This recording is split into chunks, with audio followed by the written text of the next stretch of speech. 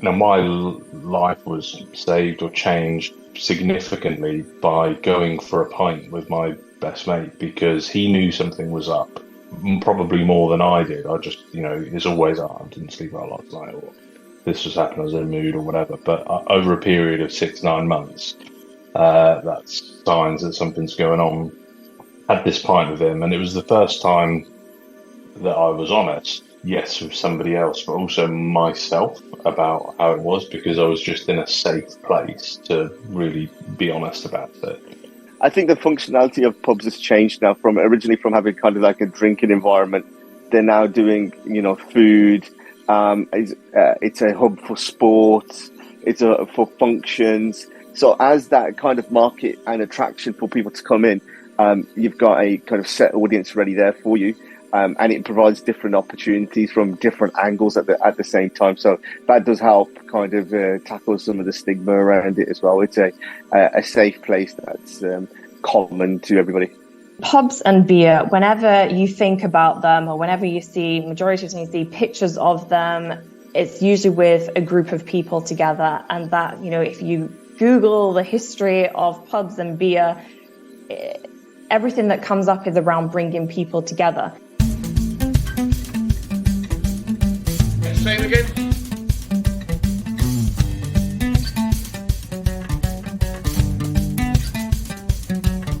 Welcome to episode 6 of Same Again, a podcast about beer, pubs and mental health. Over the past 5 episodes, we've looked at various aspects of the relationship between beer, pubs and mental health, focusing on topics such as anxiety, depression, suicide, addiction and self-harm, as well as looking at the ways in which beer and pubs can act as a force for good around our mental well-being. This is the final episode in the current series of Same Again, and in it we'll be taking a closer look at a topic that has come up time and time again in relation to all the subjects we've covered. And that topic is stigma. But just before we begin, I'm going to give you some information later on where to get help if you're struggling with your own mental health. But just to warn you, we'll be discussing issues such as depression, anxiety, loneliness and suicide in this episode. And one more thing before we start. As you may know, Same Again is an independent, unsponsored podcast, and as a result, I make no money from it. I know many people have enjoyed listening, and that you agree with me that we need to talk about these issues much more. I'd love to do a second series of Same Again, but it won't be possible unless I gain some sponsorship or increase my Patreon income. If your business would like to become a sponsor of the second series of Same Again, please get in touch via the contact page on my website. That's fermentationonline.com. And if you as an individual, or indeed your business, would like to become a Patreon supporter, please visit patreon.com/Emma Inch and sign yourself up. We need to keep talking.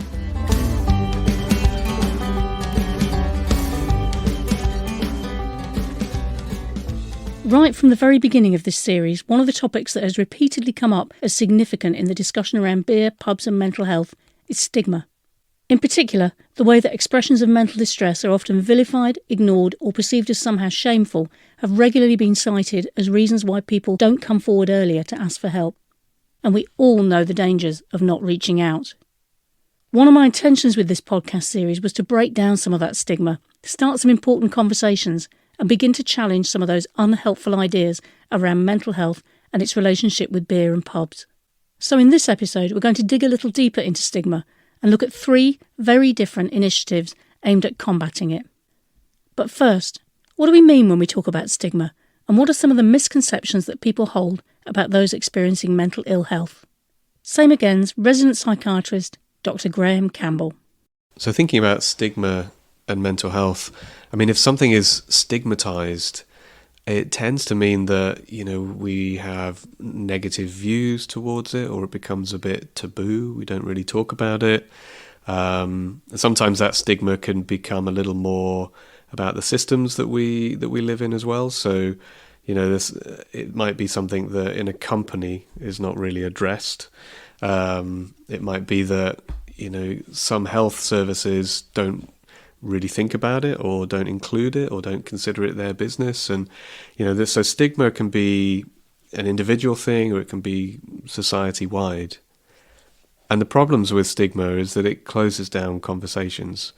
It stops people, recognizing mental health as something that's important, that's of value, that can be talked about, that we can get help with. It makes it into something that might seem weird or get like an us and them thing. So I don't have mental health problems, but they do over there, and those people, and for these reasons, and there's a lot of judgment when things are stigmatized.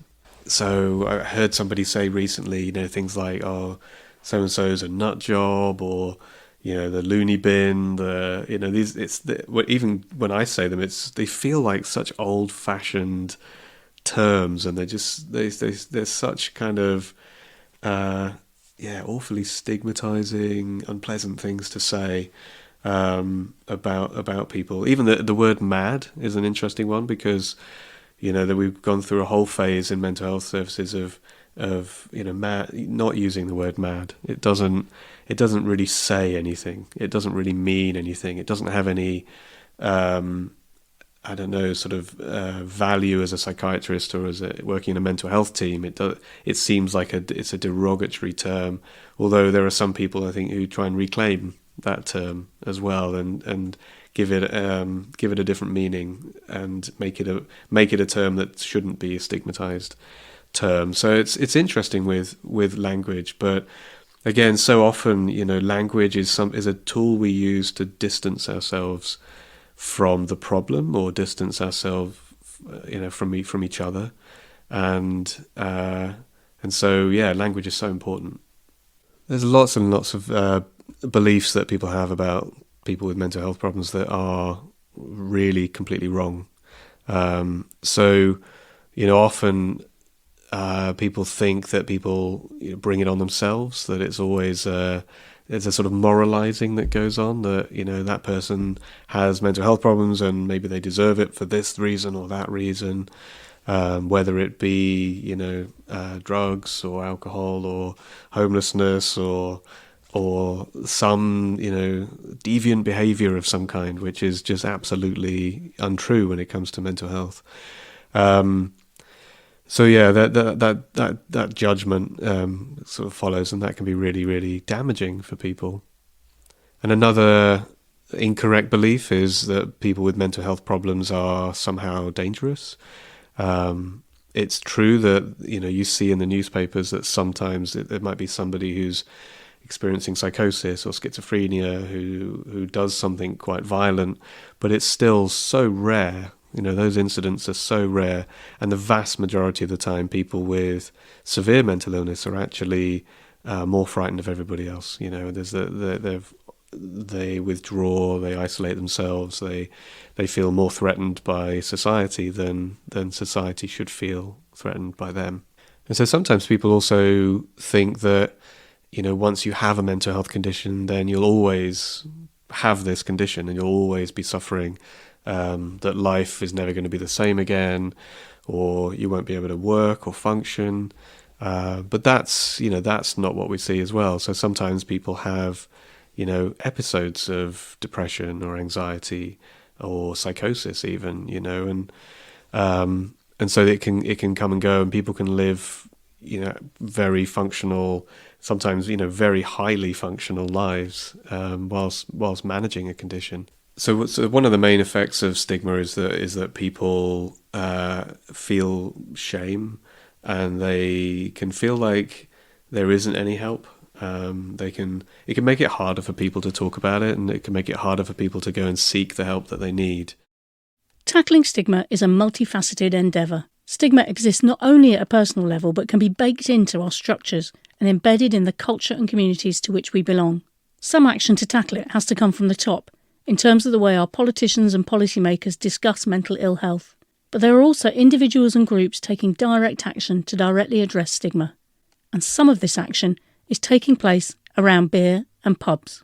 My name is Shuranjeet Singh. I'm the founder and director of Brewery, an organisation working with Punjabi communities to reshape approaches to mental health, and one of the co-creators of Mixy and Chill.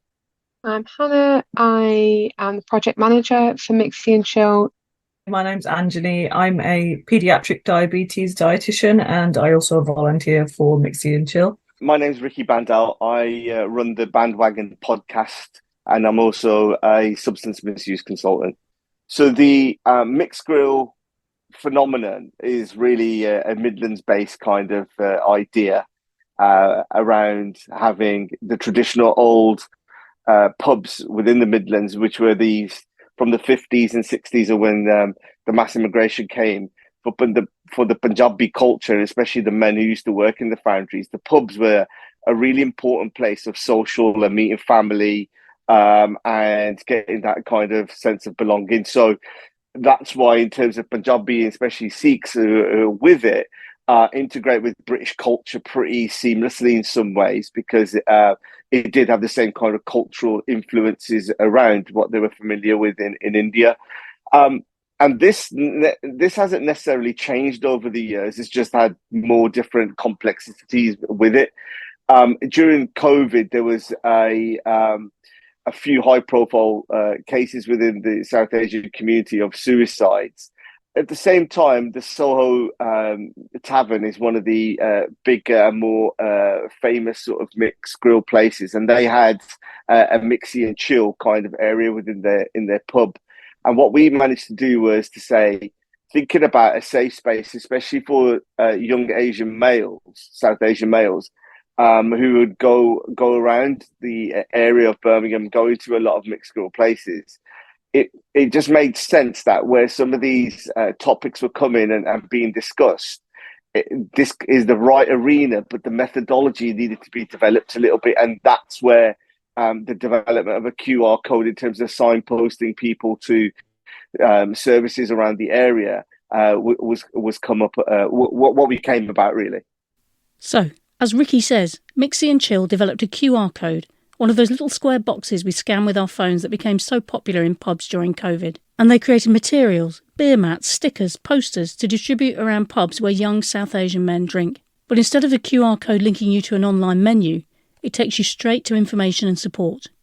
Here's Anjanee. So because we're kind of trying to expand the movement into pubs that are based around the West Midlands, so it's like services so we're signposting people to services, but we're trying to make sure that they're the local ones that are based within the West Midlands. So say, for example, so it's one of the links is signposting towards the Rugby as a whole. So, in terms of like the movement, what it involves, Seek Your Mind. So that's a charity that's based, for like those from a Sikh background, and, in terms of like accessing mental health services.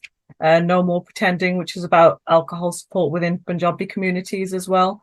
Things like Living Well Consortium, which is just like, free emotional well-being support. And also, so I think that Ricky had mentioned that there's been some, sadly, there've been a lot of suicides over the past couple of years. So one of them was the cousin of an artist that's very well known called DJ Frenzy. So he actually released a song with another artist called Jazz Don Me. So they're also like signposting towards that song because some people might find solace from that. I think practically as well, a few of us have found that when we're putting out the menus, putting up the QR codes in the posters, and it kind of like practically it does kind of invite conversation with like the locals. They're asking, oh, what is that you're doing? And then, even practically not even just through the QR code, but just having that conversation that people might not have had previously. So yeah, that's really, it's just local services that people might not have access to usually. Mixy and Chill started their work in the Soho Tavern, a very popular Desi pub in Birmingham. But their reach gradually expanded, and by July 2023, the QR codes could be accessed from 6 different pubs. And this simple idea is incredibly effective. In the 5 months from February to June 2023, the link had been clicked over 1,000 times. Having instant, discreet access to important information has clearly gone some way to overcoming some of the barriers people might otherwise have faced. Ricky again. We do obviously have the common stigmas around a lot of issues around addiction, sexuality, and various other kind of traumas, so to speak. And so when we're talking about stigma, we will have some of our own stigmas that we have, pre ideas that we have existing within ourselves, the family surrounded, your friends, your work colleagues, and the kind of the wider community as well. What we tried to do with this was try to eliminate as many layers as we can to a point where we know that stigma in somebody's journey in terms of where they want to reach to is that they will have to challenge that at some point anyway. What this was just a kind of quick and easy, a low-hanging fruit idea of accessing and gaining information, and it might not necessarily be for that individual. It might be for somebody else that they might know in terms of giving that information. And importantly, the support that people can access via Mixy and Chill is appropriate and relevant for the people being targeted. Here's project manager Hannah.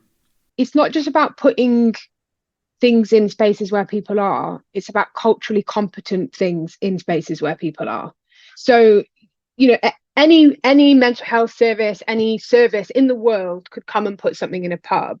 But if it's not culturally competent, if it doesn't speak to the community, if it's not designed in the right way, if the colours don't mean something to those to that community or those people, it's just that ability for services to actually meet a very sensitive and tailored need. And this is why Mixy and Chill does it so well with the South Asian community, because it's ran for and by that community. I mean, I'm the project manager, I'm not South Asian, I am a British Muslim, but there is lots of synonyms between historically and easily ignored communities kind of coming together and feeling like they want to make a movement to do something to help their community, because historically services have not been culturally competent. They're still there, but they're not culturally competent.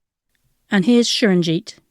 When we think about issues of accessing support, it's important to, as has been mentioned, to think about factors such as stigma, but also thinking about systems, recognizing that our systems, whether they're healthcare, social care systems, actually aren't very well set up to be supporting the needs of people from kind of global majority communities. And we can't forget that, and we can't miss that out of the conversation.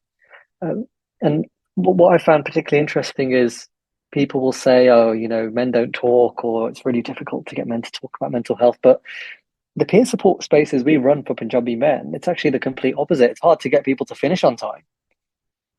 Folks want to sit for another 30, 45 minutes, gladly sit for another several hours and talk about things that make them feel vulnerable, that help them to kind of actually connect on different kinds of topics. So I think what that has shown us is that these spaces are possible.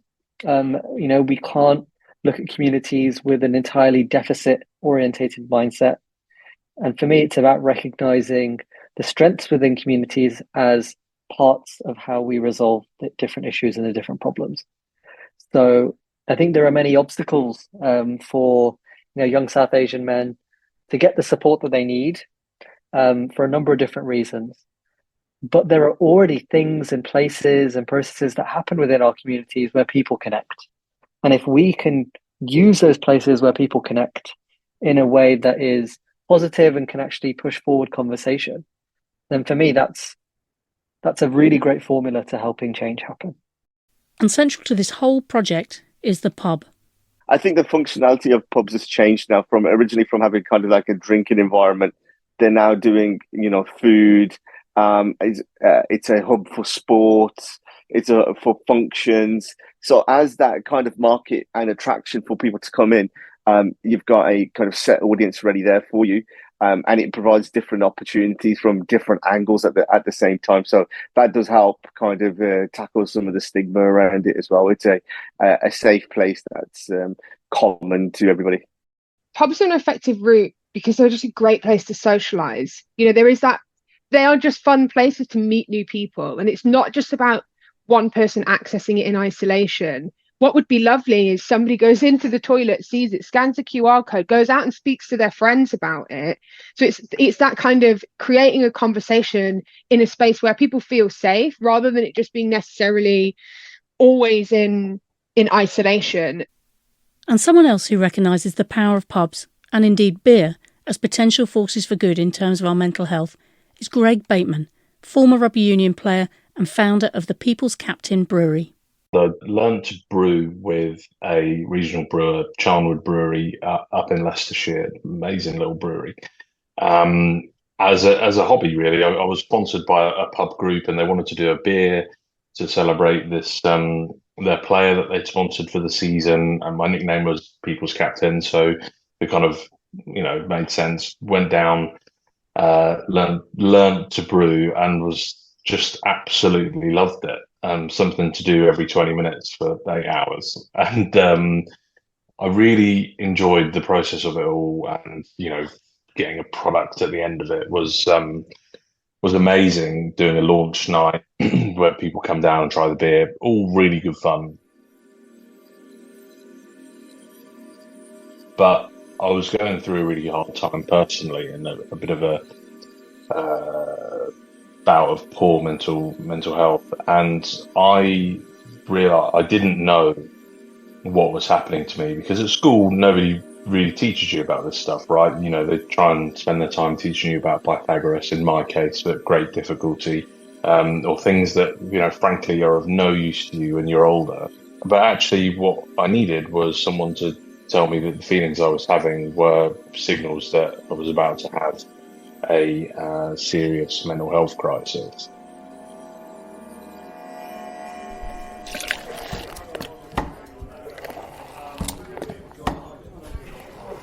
Now, my life was saved or changed significantly by going for a pint with my best mate, because he knew something was up, probably more than I did. I just, it's always, I didn't sleep well last night, or this was happening, I was in a mood or whatever. But over a period of 6-9 months, that's signs that something's going on. Had this pint with him, and it was the first time that I was honest, yes, with somebody else, but also myself about how it was, because I was just in a safe place to really be honest about it. And then, went on to go and get the help that I needed. And I think if you combine those two experiences of like a hobby and pulling together a product and stuff with my personal journey, it made me think, well, what if those social moments that are happening all the time, there was a brand that stood and existed for those social moments to encourage people to either talk more, or just a nudge and a prompt to check in on someone. So that's really the sort of nucleus of People's Captain. We exist for, our mission is to make social moments count. We're a mission company that makes award-winning beer. We're not a beer company with a bit of a mission. And that's what we exist for. So we make great beers. We donate a percentage of our profits from the sales of our beers to mental health initiatives through the People's Captain Foundation. But we stand for those, as I say again, those social moments that happen all the time. And we want to meet people exactly where they are to make their social moments count. Each beer People's Captain produces, and the Nathan Bowen artwork that goes with it, tells a story. For example, the Legend APA label features a character with his hand up, asking for help, something Greg himself had found so very hard to do. Being totally honest, I definitely felt weak when I asked for help. I'm not ashamed to say that now. I know that's wrong now. And obviously, really what we're talking about there is stigma. But if you think about what we do with kids, when kids ask for help when they're younger, we don't say, "Oh, why can't you do it yourself?" Or you spend your time as a parent encouraging children to ask for help so that they don't struggle on their own, and that you can show them the right way to do something. When did that change? What age is that then? You should get on with it by yourself. People's Captain beers raise money for charities such as the Samaritans and Loose Heads, the rugby mental health charity. But they also start conversations.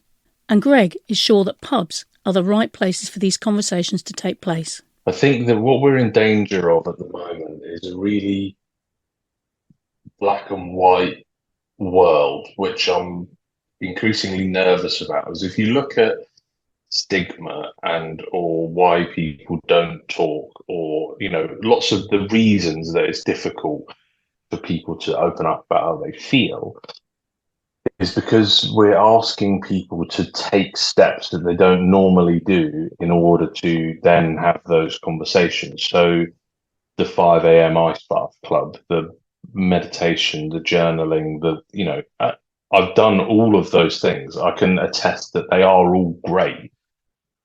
But I just think we're in a weird place at the moment where either you do all of those things and you never drink, and really that leads to be honest, quite an isolated life, or we can spend time in more of a grey area where our social lives interact with other people. But the number one thing that people need is psychological safety. They need to feel like they're safe before they can open up. Where do people feel safe? With their mates in places that make them feel safe. Their lounge, the garden, the pub. And the pub is often more psychologically safe, or a cafe, than someone's lounge, because the lounge feels like the intervention chat that's really quite intense. So it's not about, and it's always quite difficult. And I suppose it's a line that, we do have to tread quite carefully, but I'm pretty upfront about this whole thing. We are a mission company that makes beers that is trying to make a positive change on mental health. And some people have a concern about that, which I understand. But hopefully everything that I've just said before we've got to this point, at no point did I say, drink more, you'll be fine, or it's, just have more beers. It's a nudge and a prompt, and people are there anyway having these pints. Why not meet them where they already are, rather than say, give up all of that stuff, give up all of your social networks and your areas that you can find connection and meaning, and go and do all this other stuff that you've never done before. You don't know if you're going to keep up with it. And it's not ideal, really not ideal for people's sense of connection and community. Loneliness is one of the key factors that is affecting society, but blokes particularly. And when you hit the age of sort of 40, you've probably packed in the vets teams, the this and that, and with that, unfortunately, goes your social network. What the pub does is it gives you a community, and that for some reason, when you walk through the threshold of a pub, it's just an absolute leveler, isn't it? And I've been in so many where there's people at a bar in a pinstripe suit, high-vis jacket, the old boy in the corner, but it's just a leveler. And I think that's really, really important. And it's important to recognise that pubs are a real force for good, and they collectively, pubs raise a fortune for charity. So beyond everything, there's a big picture and a little picture to everything, right? The little picture here, or the elevator pitch, is support your pubs, because if once they're gone, and a property developer comes in and it turns into a Sainsbury's local or a block of flats, that's it. And they're good. They're really good. My thoughts exactly. And Greg mentions loneliness here. It's a feeling we've all no doubt felt, but one that's often stigmatised. In fact, recent research commissioned by Heineken found that although many of us regularly feel lonely, nearly half of us make up activities we've done over the weekend in order to make friends and family believe we're not so alone. The research also found that people see the pub as a place where they can reach out to and connect with others, which makes sense of Heineken's new partnership. Chelsey, Wroe, Head of Sustainability at Heineken UK, explains. So Heineken recently partnered with Marmalade Trust, one of the UK's leading charities dedicated to raising awareness of loneliness and helping people to form social connections. Now, it's very important that we talk about raising awareness of loneliness and not combating or tackling loneliness, because the view of Marmalade Trust is that loneliness is a really normal feeling, and it's not something that does need to be tackled or combated. It's something that we're all going to feel. The founder of the charity, a lady called Amy Perrin, she talks about loneliness as kind of a similar feeling to when you feel thirsty. You should then go and have a drink. If you feel hungry, you should then go and have something to eat. And if you're feeling lonely, then that's your sign that you should, in some way or another, have that social connectivity, whether it's on the phone or going out, meeting friends, or just kind of being around with other people. It's that social connection that you want. And their work is really a mixture of on the ground activity to identify those within the community that are either most at risk of feeling lonely or have contacted perhaps other healthcare providers within the community and said that they are feeling lonely. Marmalade Trust will they'll be referred to the Marmalade Trust, or Marmalade Trust will reach out to them, and they have a network of what they call Marmalade Companions, who can be in touch with these people. They can either have a conversation with them on an ongoing basis or give them the information that they might need to go out and find these social connections themselves. So that's the more kind of on the ground work. And then they're also the founder of Loneliness Awareness Week. So that's the second week in June. Started off in the UK, but is actually now an international campaign. There's activity this year in the US, in Canada, other countries in Europe as well. And this really is about that raising awareness of loneliness. And the more that we can talk about it and normalize it, then we can come to recognize it ourselves, we can recognize it in others, and then we can do more to address it, and it becomes something that we all feel comfortable in talking about. There have been quite a lot of studies recently that show that the impacts of loneliness can be really, really quite severe, and can be there have been parallels drawn with kind of the long-term impacts of obesity or even smoking. So it sometimes can be a topic that people think, oh, that's just a fuzzy-duzzy topic, loneliness, what does that even really mean? But actually the impacts to our health and our well-being can be really serious. There's definitely a stigma around loneliness, and I think similar to where we were when we would talk about mental health a few years ago, even we would talk about we're tackling mental health or combating mental health. Well, we all have mental health, we all have mental well-being, and we need to think about where we are on that spectrum of perhaps healthy or in a place that we're struggling, and then what can we do to understand what the struggles are and how we can address them. And that's similar with loneliness. There is a stigma. People don't put their hands up and say, I'm feeling lonely. And there are a number of things that you go through in your life that can contribute to those feelings of loneliness. It could be, you move to a new city to study or start a new job. It could be you become a new parent and actually your whole life has changed. It could be that actually you maybe go through a breakup in a relationship, and that social network that you've built together as a couple is then very different. Or even dealing with the death of a close friend or within the family. These are all things that everyone will go through, and these are kind of the triggers in life that can contribute to your feelings of loneliness. And it's just something that people don't talk about and say, well, actually, I'm feeling a bit lonely, so I need to admit that to myself, so that then I can go out and think about how do I address this, and where can I find that help. The partnership between Heineken and the Marmalade Trust is very much in its early stages, but there are interesting plans afoot. So to begin with, in the first year and over the summertime, we're going to be rolling out POS packs to our Heineken Star Pubs and Bars pubs. And within these packs, there'll be some POS materials that highlight, raise awareness of Marmalade Trust, what they do, direct people to their services, a fun way to fundraise for them as well.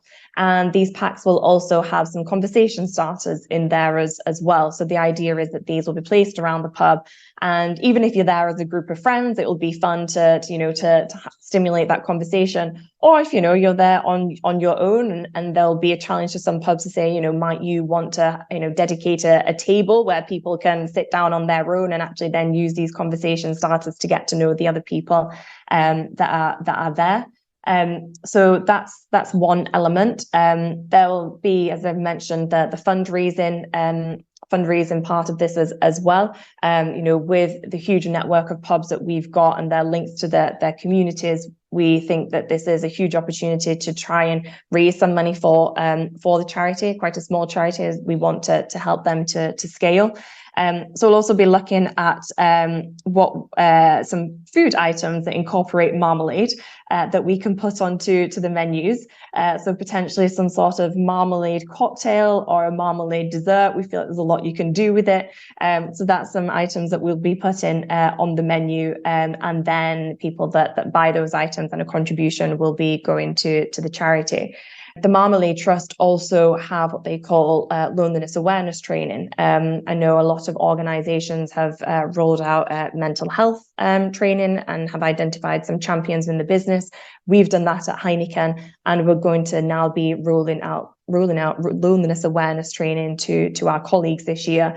Again, to educate ourselves on, loneliness, how to identify it in yourself, but also with others, and then how to talk about it, and how to help people that are feeling lonely, and where to, point them in the right direction.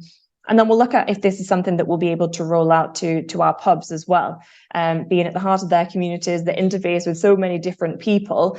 Actually, this might be something that could be quite useful to speak to that person that comes in the pub on their own. Is that a way to, kind of have a different conversation with them, understanding, if they are feeling lonely or not, and what's the best way to speak with them.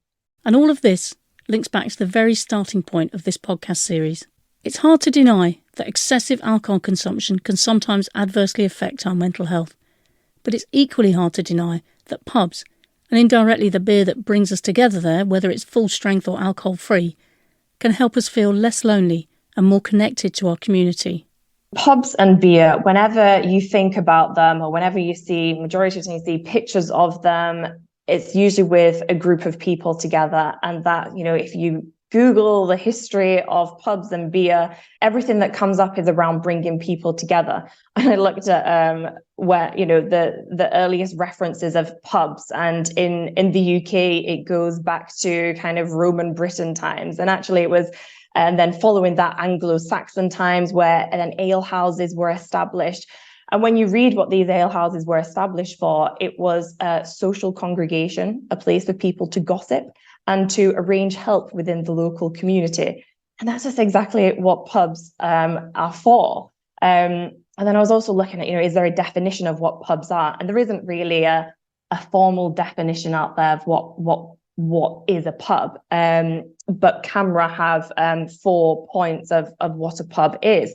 And the first one is that it's open to the public without membership.